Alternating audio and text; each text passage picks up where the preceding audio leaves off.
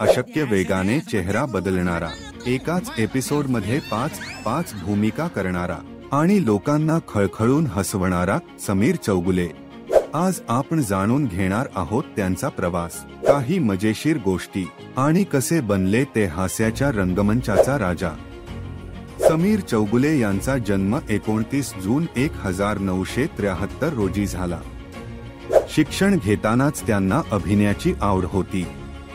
त्यांनी सुरुवात केली ती मराठी रंगभूमीवरून। कॉलेजमध्ये नाटक करत करत त्यांनी अभिनयाचं बाळकडू घेतलं। त्यांच्या पहिल्या स्टेज नाटकांनीच प्रेक्षकांची मनं जिंकली।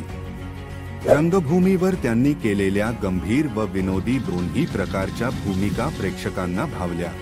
त्या अर्थाने समीर चौगुले घराघरात पोहोचले महाराष्ट्राची हास्यजत्रा या शोमुळे। सोनी मराठी वरील हा शो त्यांनी अक्षरशः गाजवला।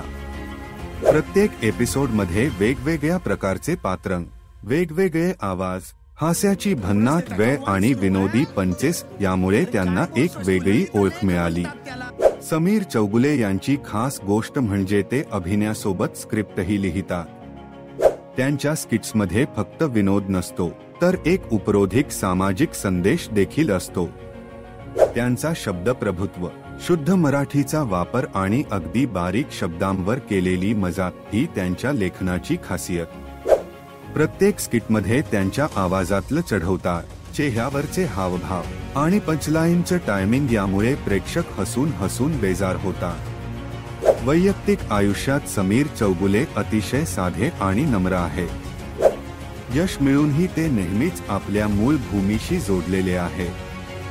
ते अनेकदा म्हणतात की माझं काम म्हणजे लोकांना हसवणं आणि त्यांच्या दुःखाला विसरायला लावणं। आपल्या विनोदाने ते लाखो लोकांच्या चेहऱ्यावर हास्य आणतात आणि हाच त्यांच्या आयुष्याचा खरा पुरस्कार आहे। आज सोशल मीडियावर समीर चौगुले यांची स्किट्स, रील्स आणि डायलॉग्स प्रचंड व्हायरल होतात। अनेक मीम्स त्यांच्या संवादांवर बनवले जातात। ते फक्त कलाकार नाहीत, तर एक पूर्ण मनोरंजन यंत्र आहे।